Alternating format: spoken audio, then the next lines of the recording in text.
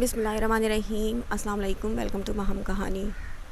اگر آپ ہمارے چینل پہ نیو ہیں تو پلیز چینل کو سبسکرائب کر دیجئے اور ناول کو لائک ضرور کر دیا کیجئے۔ یہ اس ناول کی لاسٹ ایپیسوڈ ہے۔ تھینک یو ریڈرز، آپ سب نے ہمارے چینل پہ اپنا ساتھ دیا اور ہمارے چینل پہ جڑے رہے۔ امید کرتی ہوں کہ آگے بھی آپ ہمارے چینل سے جڑے رہیں گے۔ چلیں ٹائم نہ ضائع کر کے ناول کی طرف بڑھتے ہیں، چلتے ہیں ناول کی طرف۔ بس کریں، مجھے سانس نہیں آ رہا۔ وہ بہت مشکل سے اس سے خود کو چھڑا کر بیڈ سے ٹیک لگا کر لمبی لمبی سانسیں لینے لگی۔ دلشیر بھی اٹھ کر بیٹھ گیا اور غور سے اس کے چہرے پر بیزاری ڈھونڈنے لگا، لیکن شرم و حیا کے علاوہ کوئی دوسرا رنگ اسے ڈھونڈ کر بھی نہیں ملا، اور آج اس کا رویہ اسے بہت کچھ سمجھا رہا تھا۔ شاید ہو نہ ہو آنا اسے سمجھا کر گئی تھی، جس کا اثر تھا۔ وہ پرسکون ہو کر اسے دیکھنے لگا کہ کیا دیکھ رہے ہیں آپ؟ ازا نے کہتے ہی اپنے دونوں ہاتھ اس کی آنکھوں پر رکھ دیے۔ یہ ایک بے اختیاری میں کیا گیا عمل تھا۔ اس سے پہلے کہ وہ ہاتھ ہٹاتی، دلشیر نے اس کے دونوں ہاتھ تھام کر اس کی گلابی ہتھیلیوں پر اپنے سلگتے لب رکھے اور ہاتھ آگے بڑھا کر سائیڈ لیمپ آف کر دیا۔ لائٹ بند ہونے کے باوجود ازا کو دلشیر کی بے باک نظریں آر پار ہوتی محسوس ہوئی۔ وہ خود میں سمٹ گئی۔ دلشیر اٹھا اور شرٹ اتار کر نیچے پھینک دی۔ ازا اس کی حرکت پر شرم سے دوسری جانب چہرہ موڑتی، بیڈ کراؤن سے ٹیک لگاتی نظریں چرا گئی۔ اس کا دل کانوں میں دھڑک رہا تھا۔ دلشیر تھوڑا دور ہوا اور سائیڈ ڈراز سے ایک چھوٹا سا باکس نکالا اور اس کے سامنے آ کر بیٹھ گیا۔ ازا نے بری طرح نظریں چرائی تھیں، جو دلشیر نے مسکرا کر نوٹ کیا۔ میری جان، آپ کہیں ہوں، دل کھول کر دیکھیں۔ وہ اس کا چہرہ تھوڑی سے تھامے اپنی طرف کرتا، جھک کر ازا کی جھکی پلکوں پر دھیرے سے لب رکھتا۔ وہ اسے کانپنے پر مجبور کر گیا۔ دلشیر کی پرتپش انگلیاں اسے اپنے گلے پر رینگتی محسوس ہوئی تو ازا نے سختی سے آنکھیں میچ لیں۔ وہ مسکرا کر اس سے دور ہوا۔ ازا نے اپنے گلے میں چھو کر دیکھا تو بہت پیارا پینڈنٹ تھا، جس پر چھوٹے چھوٹے سے لیٹر میں ED لکھا ہوا تھا۔ وہ بہت خوبصورت تھا۔ ازا نے پیچھے کھسکنے کی کوشش کی، لیکن پیچھے بیڈ کراؤن ہونے کی وجہ سے کوشش ناکام ہو گئی۔ ازا کے لبوں سے اپنا نام اسے اتنا پیارا لگا کہ وہ بے خود ہو کر اس کے لبوں پر جھکا تھا اور قطرہ قطرہ اس کی سانسیں اپنی سانسوں میں انڈیلنے لگا۔ اس کے ہاتھ ازا کی کمر پر گردش کرنے لگے۔ جب اسے لگا وہ سانس نہیں لے پائے گی، اس کے ہونٹوں کو آزاد کر کے وہ اس کی گردن پر جھکا تھا۔ اجازت ہے؟ دلشیر کے اجازت مانگنے پر اس کی آنکھوں سے موٹے آنسو آ گئے۔ مجھے ڈر لگ رہا ہے۔ ازا کی بات پر اچنبھے سے اسے دیکھا۔ کس سے؟ آپ سے، روتے روتے اس نے بتایا۔ دلشیر نے ایک گہری سانس لی۔ وہ جانتا تھا ازا نے بہت کچھ سہا ہے، اسے اتنی جلدی یہ سب نہیں کرنا چاہیے تھا۔ وہ خاموشی سے اس کے پاس سے اٹھنے لگا۔ پلیز مت جائیں، میں پچھلا سب بھولنا چاہتی ہوں، مت جائیں۔ ازا نے بے بسی سے اس کا بازو تھام لیا۔ میں اپنی محبت کو کبھی تکلیف نہیں دوں گا، میں کبھی ان آنکھوں میں آنسو نہیں آنے دوں گا۔ بھروسہ رکھیں مجھ پر، میں ان اداس آنکھوں میں اپنی محبت کے رنگ بھر دوں گا۔ کہتے ساتھ وہ اس کی آنکھوں میں لب رکھتا، اسے اپنی پناہوں میں جکڑ چکا تھا۔ شیر، ازا نے اٹکتے ہوئے پکارا۔ ریلیکس، بس مجھے محسوس کریں، اس نے سرگوشی میں کہا، اور اس کے بعد وہ اسے نرمی سے خود میں سمیٹتا چلا گیا اور ازا کے دل و دماغ میں بس اپنا نقش چھوڑتا چلا گیا۔ وہ غور سے اس شخص کو دیکھ رہی تھی جو بہت زیادہ بیمار لگ رہا تھا، لیکن اس کی شکل اسے زریان سے ملتی جلتی لگ رہی تھی۔ زریان کون ہے یہ؟ اس نے بے چینی سے پوچھا تھا۔ وہ جو اسے روڈ پہ گرے ملے تو ان کی حالت کے پیش نظر انہیں ہاسپٹل لے آئے تھے۔ ڈاکٹر ان کو ڈرپ وغیرہ لگا کے چلا گیا تھا۔ تب سے دل میں مچلتا سوال وہ آخر زبان پر لے آئی۔ روحان آ رہا ہے، تم اس کے ساتھ چلی جاؤ، تم تھک گئی ہوگی، میں ان کو ڈرپ ختم ہوتے ہی گھر لے آتا ہوں، پھر بتاتا ہوں تمہیں۔ اس نے آنا کے سوال کا الٹ ہی جواب دیا تھا۔ ابھی اس نے کچھ کہنے کے لیے منہ کھولا ہی تھا۔ پلیز میری جان، کوئی سوال مت کرنا۔ اس نے آنا کے گالوں پر ہاتھ رکھتے التجا کی۔ وہ بھی کنفیوز سی خاموشی سے روحان کا انتظار کرنے لگی۔ تھوڑی دیر بعد روحان دور سے آتا دکھائی دیا۔ اس نے زریان سے کچھ بات کی، پھر اس وارڈ کے اندر چلا گیا جہاں اس آدمی کو رکھا گیا تھا۔ 5 منٹ بعد باہر آیا، بنا کچھ کہے آنا کو آنے کا اشارہ کرتا باہر نکل گیا۔ وہ بھی خاموشی سے اس کے ساتھ حویلی آ گئی تھی۔ تقریباً صبح 7 بجے باہر کسی کے بولنے کی آواز پر وہ اٹھی۔ رواحہ ابھی بھی اس کے ساتھ سوئی ہوئی تھی، مطلب زریان ابھی تک نہیں آیا تھا۔ وہ پیروں میں چپل اڑستی باہر نکل آئی، نیچے جھانک کر دیکھا تو بی جان اس ایکسیڈنٹ والے آدمی کو گلے لگائے رو رہی تھی۔ وہ پریشانی سے سیڑھیاں اترتے نیچے آ گئی، حالے آنسو بھری آنکھوں سے یہ سب دیکھ رہی تھی۔ دادا جان چہرے پر ناراضگی لیے بیٹھے تھے، زریان خاموشی سے کھڑا تھا۔ اسے آتا دیکھ وہ فوراً اس کے پاس آیا۔ تم نیچے کیوں آئی؟ جاؤ کمرے میں آرام کرو ورنہ طبیعت خراب ہو جائے گی۔ اسے تھامتا اوپر لے جانے لگا۔ نہیں میں ٹھیک ہوں، یہ کون ہے؟ اس کی نظریں ابھی بھی اس شخص پر ٹکی ہوئی تھیں۔ سکندر مرزا۔ زریان کو بھی مزید چھپانا مناسب نہیں لگا، پتہ تو اسے لگ جانا تھا۔ اس نے بے یقینی سے زریان کو دیکھا، سوائے روحان کے کسی کا بھی دھیان ان کی طرف نہیں تھا۔ یہ یہاں کیوں آئے ہیں زریان؟ اس کی زبان لڑکھڑا گئی۔ تمہیں سب بتاتا ہوں، تم چلو میرے ساتھ۔ وہ اسے اپنے ساتھ کمرے میں لے گیا اور بیڈ پر بٹھا دیا تھا، خود آنا کے ساتھ بیٹھ کر اس کا ہاتھ تھام لیا۔ دیکھو آنا،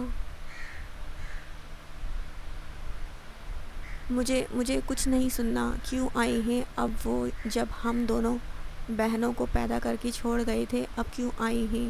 وہ غصے سے چیخ پڑی۔ اس نے زبردستی آنا کو سینے سے لگا لیا تاکہ وہ اپنا سارا غبار نکال دے۔ میں چھوٹی تھی جب اسکول میں پیرنٹس ٹیچر میٹنگ ہوتی تھی نا، تو سب کے ابو ان کے ساتھ ہوتے تھے، لیکن میرے ابو نہیں ہوتے تھے۔ میں امی سے پوچھتی تھی کہ میرے ابو کہاں ہیں، وہ ہمیشہ کوئی نہ کوئی بہانہ بنا دیتی تھیں، لیکن جیسے جیسے میں بڑی ہوتی گئی مجھے سب سمجھ آتا گیا۔ ایک دن میں اسکول سے جب گھر آئی تو وہاں کی ایک راحیلہ آنٹی کو امی سے بات کرتے سنا۔ وہ امی سے کہہ رہی تھی، میرا ددحال ظالم ہے، میرے باپ نے نہ صحیح لیکن میرے دادا دادی مجھ سے ملنے آ سکتے تھے، مجھے قبول کر سکتے تھے، لیکن انہوں نے نہیں کیا۔ اور امی کو طلاق بھی ابو نے دادا دادی کی وجہ سے دی، کیونکہ ان کو بیٹا چاہیے تھا جو میری ماں نہیں دے سکی، اسی لیے ابو نے ان کو چھوڑ دیا۔ اس دن مجھے سب سے نفرت ہو گئی، لیکن وہ نفرت آپ نے میرے دل سے ختم کی۔ جب میں بی جان اور دادا جان سے ملی تب پتہ چلا مجھے کہ بی جان اور دادا جان کا اس میں کوئی قصور نہیں تھا۔ اب جب میں سب کی عادی ہو گئی ہوں تو وہ کیوں میری زندگی برباد کرنے آئے ہیں؟ وہ اس کے سینے سے لگی ہچکیوں میں اپنی ساری تکلیفیں بتاتی چلی گئی۔ جب اس کا رونا کم ہوا تو اس نے آنا کا چہرہ اوپر کیا، آنکھیں سوج گئی تھیں، لہجہ بہت ٹوٹا ہوا تھا۔ تم جانتی ہو وہ کچھ دنوں کے مہمان ہیں، پھر چلے جائیں گے۔ کوئی بھی فیصلہ کرنا اس کے لیے بہت مشکل تھا۔ میں ایک دن بھی ان کے ساتھ نہیں رہوں گی۔ اس نے اپنا حتمی فیصلہ سنایا اور کھڑی ہو گئی۔ ان کو کینسر ہے اور وہ لاسٹ اسٹیج پر ہے۔ الفاظ سے یا کوئی پہاڑ جو اس کے سر پر گرا۔ آنا جھٹکے سے مڑی اور بے یقینی سے اس کو دیکھا۔ نہیں آپ جھوٹ بول رہے ہیں، میں سچ بول رہا ہوں، اور بی جان بھی اسی وجہ سے رو رہی ہیں، اور تم جانتی ہو ہم سب بی جان کا رونا برداشت نہیں کر سکتے یار۔ بی جان کا رونا ہم میں سے کوئی برداشت نہیں کر سکتا۔ میں تم سے یہ نہیں کہتا تم ان کو ایک باپ کی حیثیت سے قبول کر لو، تم بس یہ سمجھو کہ وہ چاچو ہیں، بی جان کے بیٹے ہیں بس، اور کوئی رشتہ مت رکھو پلیز، بی جان کی وجہ سے اتنا برداشت کر لو۔ وہ اسے کندھوں سے تھامے پیار سے التجا کر رہا تھا، جس کی آنکھیں بے یقینی سے پھیلی ہوئی تھیں اور ان میں سے آنسو تواتر سے بہہ رہے تھے۔ زریان کو اس پر ترس آیا۔ کیا تم اب بھی جانا چاہتی ہو؟ کسی خدشے کے تحت اس نے آنا سے پوچھا تھا۔ آنا کا سر خود بخود نفی میں ہل گیا۔ اس نے سختی سے اسے سینے میں بھینچ لیا۔ وہ پھوٹ پھوٹ کر رونے لگی۔ اب یہ آنسو ان کی بیماری کے تھے یا اپنے خسارے کے، یہ تو وہی جانتی تھی۔ زریان کے جاتے ہی روحان حالے کو اپنے ساتھ لے آیا تھا۔ وہ اس کا مزید رونا برداشت نہیں کر سکتا تھا۔ کمرے میں آتے ہی وہ اس کے سینے سے لگ کر ہچکیوں سے رونے لگی تھی۔ ہاں، اس نے کبھی بھی اپنے باپ کو یاد نہیں کیا تھا، کیونکہ عالم صاحب نے اسے اپنی اولاد سے بڑھ کر محبت دی تھی۔ آج وہ بی جان کی وجہ سے رو رہی تھی، وہ اپنی انسانیت کی وجہ سے رو رہی تھی، وہ کسی کو بھی تکلیف میں نہیں دیکھ پاتی تھی۔ روحان نے اسے رونے دیا تھا۔ 4 سال بعد ماما مجھ سے چلا بھی نہیں جا رہا، اور بھابھی کہہ رہی ہیں میں موٹی بھی بہت ہو گئی ہوں، حالے منہ بسوڑتے ہوئے بولی۔ آنا نے مسکراہٹ دبائی۔ آنا، کیوں میری بچی کو تنگ کر رہی ہو؟ فائزہ بیگم نے مصنوعی گھوری سے نوازا تھا۔ حالے کی کھلکھلاہٹ لاؤنج میں گونجی۔ لڑکی، آرام سے، مجھے تسبیح بھی سکون سے نہیں پڑھنے دیتی۔ بی جان نے اسے گھور کر دیکھا۔ اب کے ہنسنے کی باری آنا کی تھی۔ اس کی گود میں 2 سالہ زاران سو رہا تھا، اور حالے کا 7واں مہینہ چل رہا تھا، اور ڈاکٹر نے اسے جڑواں بچے بتائے تھے۔ 3 سال سے پہلے ہی سکندر مرزا کا انتقال ہو چکا تھا۔ انہوں نے اپنی دونوں بیٹیوں سے معافی مانگی تو انہوں نے بھی کھلے دل سے معاف کر دیا تھا۔ آخر ایک مرنے والے انسان کو معاف نہ کر کے وہ کیا حاصل کر لیتی؟ اور اس کے 1 سال بعد ہی دادا جان بھی اس دنیا سے چلے گئے تھے۔ دنیا ان کے جانے کا غم تو بہت زیادہ تھا بی جان کو۔ وہ پوری طرح ٹوٹ گئی تھی، لیکن زاران کے آنے پر وہ آہستہ آہستہ سنبھل گئیں۔ پورے خاندان میں وہ ان کا سب سے زیادہ پسندیدہ بچہ تھا۔ چلو آنا، جلدی تیار ہو جاؤ، زریان ویٹ کر رہا ہوگا۔ آج خان مینشن میں ازا کی برتھ ڈے پارٹی تھی۔ حالے اور بی جان کے علاوہ سب جا رہے تھے۔ میری بیٹی اپنے ڈیڈی کے ساتھ جائے گی، نہیں میری روحی اپنے چاچو کے ساتھ جائے گی۔ اس وقت وہ دونوں بھائی آپس میں اس بات پر بحث کر رہے تھے کہ رواحہ ان کے ساتھ دلشیر کے گھر جائے گی۔ وہ جینز کے ساتھ جینز کی ہی جیکٹ پہنے، وائٹ جاگرز کے ساتھ آنکھوں پر گلاس لگائے اس وقت پوری پٹاخہ لگ رہی تھی۔ وہ دونوں گھٹنوں کے بل اپنے دونوں بازو کھولے اسے اپنے پاس آتا دیکھ رہے تھے۔ وہ ان کے بیچ میں سے راستہ بناتی بھاگتی ہوئی عالم صاحب کے گلے لگ گئی۔ وہ دونوں کبھی اپنے خالی ہاتھوں کو دیکھتے تو کبھی اپنے پیچھے بابا کے گلے لگی اس پھلجھڑی کو شرارت میں ان سب کی جو دادی تھی۔ یہ ایک مینشن کے ہال کا منظر تھا، جسے پنک رنگ کے تازہ فلاورز سے بہت خوبصورتی سے سجایا گیا تھا، اور وہاں صرف فیملی کے لوگ ہی تھے۔ سامنے ہی دلشیر کے ساتھ پلازو سوٹ پہنے ازا ان کی طرف آ رہی تھی۔ اس کے چہرے پر ان 4 سالوں میں خوبصورتی کے ساتھ ساتھ کانفیڈنس کا بھی اضافہ ہوا تھا۔ دلشیر نے اسے بے انتہا محبت اور عزت دی تھی، جس سے وہ دن بدن اور نکھرتی گئی تھی۔ وہ آ کر عالم صاحب سے ملی، پھر باری باری سب سے ملی۔ تھوڑی دیر بعد کیک کاٹا گیا۔ سب نے اسے ڈھیر ساری دعاؤں کے ساتھ تحائف بھی دیے۔ وہ چھوٹا سا بچہ کب سے اپنے باپ کو گھورے جا رہا تھا، جو آج اس کے ہوتے ہوئے بھی اس کی ماں کو زیادہ توجہ دے رہا تھا۔ "What happen young man?" Mister Khan نے اس کے ساتھ بیٹھتے ہوئے اس کے کندھے پہ بازو پھیلائے۔ "ڈیڈ مجھ سے پیار نہیں کرتے۔" وہ چھوٹا سا بچہ ناک پھلائے بولا۔ "But why do you think so?" وہ سمجھ تو گئے تھے اپنے پوتے کی جیلیسی، جو خود سے زیادہ کسی پر توجہ اپنے ڈیڈ کی برداشت نہیں کر پاتا تھا۔ "بیکاز وہ آج زیادہ موم کو دیکھ رہے ہیں۔ یو نو نا دادو، مجھے نہیں پسند بالکل بھی ڈیڈ کا موم کو پیار کرنا۔" اس نے اپنی پریشانی بتائی تھی۔ مسٹر خان کا کہا پورے ہال میں گونجا۔ سب نے حیرانی سے دادا پوتے کو دیکھا۔ دلشیر کی بھی نظر اپنے بیٹے پر گئی، جو اسے گھور رہا تھا۔ وہ سمجھ گیا آج اس کی خیر نہیں۔ وہ جلدی سے اسے ایکسکیوز کرتا اس کی طرف بڑھا۔ "لو بھئی، اپنے بیٹے کو مناؤ، اب میں تو چلا۔" مسٹر خان دلشیر سے کہتے عالم صاحب کی طرف بڑھ گئے۔ پھر تقریباً 1 گھنٹہ لگ گیا تھا اسے اپنے بیٹے کو منانے میں، تب جا کر وہ اپنے لاڈ صاحب کو منا پایا تھا۔ ازا، آنا اور ہمنا تینوں ایک ٹیبل پہ بیٹھی تھی۔ "ویسے ازا، اب تمہیں بہرام کے لیے ایک بھائی یا بہن کے بارے میں سوچنا چاہیے۔" آنا آئس کریم سے انصاف کرتی ہوئی بولی تھی۔ ازا اس کی بات پہ سٹ پٹا گئی تھی۔ وہ مجھے نہیں پتہ، سب شیر کو پتہ ہے، وہ اداسی سے بولی تھی۔ کیوں نہیں پتہ بھائی؟ اب تو بہرام بڑا ہو گیا ہے، اسکول بھی جانے لگا ہے، آخر کس دن کا انتظار کر رہے ہیں آپ دونوں؟ انا نے حیرانگی سے کہا تھا۔ ارے چھوڑو انا، تم ان باتوں کو تم بتاؤ، تمہارا تیسرا کب کرنے کا ارادہ ہے؟ توپوں کا رخ اس کی طرف موڑ دیا تھا ہمنا نے۔ پھر جو انا کی دہائیاں اور توبہ شروع ہوئی، سب ہنس ہنس کے لوٹ پوٹ ہو گئے۔ شام گئے، سب گھر لوٹنے لگے۔ ہمنا بھی پاکستان شفٹ ہو گئی تھی، اسی لیے عاطف کے اشارے پر وہ بھی نکل گئی۔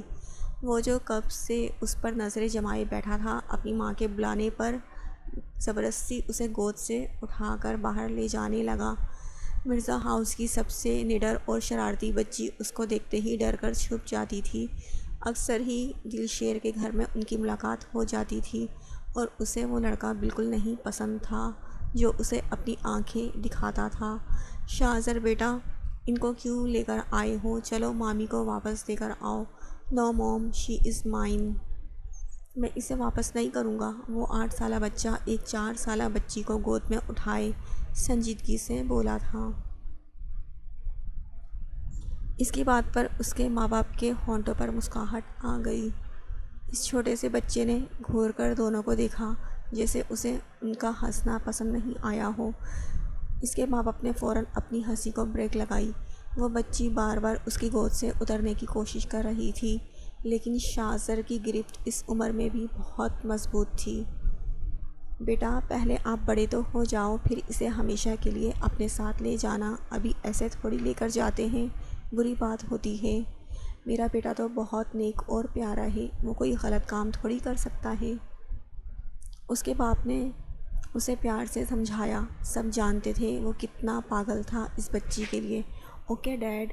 ابھی اس کی بات مکمل ہی نہیں ہوئی تھی کہ اس بچی نے زور سے اپنے دانت اس کے کندھے پہ گاڑ دیے۔ شاہزر نے اسے گود سے اتارا اور اپنے ہاتھ کا ایک زوردار تھپڑ بچی کے گال پہ جڑ دیا۔ وہ بچی گلا پھاڑ کر رونے لگی، جبکہ بچے کے باپ نے بھی ایک تھپڑ بچے کے گال پہ دے مارا۔ تم اتنے غصے والے کیوں ہو شاہزر؟ اگر ایسی ہی حرکتیں تمہاری رہی تو یہ تمہارے پاس کبھی نہیں آئے گی، انہوں نے غصے سے کہا۔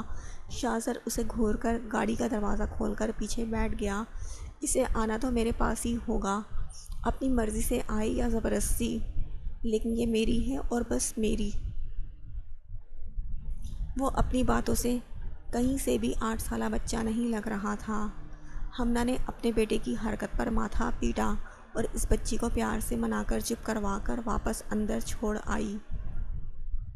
مہمانوں کو فارغ کر کے وہ جب کمرے میں آیا تو ازاں پریشانی سے بیٹھی اس کا انتظار کر رہی تھی، کیونکہ وہ خود بھی چاہتی تھی کہ اس کی ایک بیٹی اور ایک بیٹا اور ہوں، لیکن دلشیر تھا جو ہمیشہ یہ کہہ کر اسے چپ کروا دیتا کہ اس کے لیے بہرام ہی کافی ہے۔ لیکن آج اس نے سوچ لیا تھا کہ وہ دلشیر سے بات کر کے رہے گی۔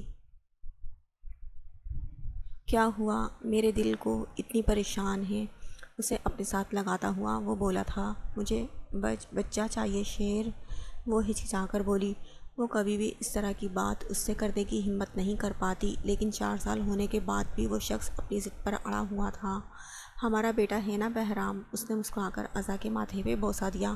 لیکن ابھی وہ بول رہی تھی جب دلشیر اسے کھینچتا اپنے سینے پہ گرا گیا۔ بس کچھ نہیں سننا مجھے، اس بات پر میں کوئی بحث نہیں چاہتا، اس وقت مجھے صرف آپ کو محسوس کرنا ہے۔ اس کی گھمبیر لہجے پر وہ خود میں سمٹی۔ دلشیر اس کے گالوں کو چومتے آنکھیں میچنے پر مجبور کر گیا۔ وہ اس لڑکی کے لیے دن رات تڑپتا تھا، اور اللہ نے اس کے صبر کے عوض اس لڑکی کو اس کے محرم کے طور پر اس کی زندگی میں بھیج دیا تھا۔ دا اینڈ۔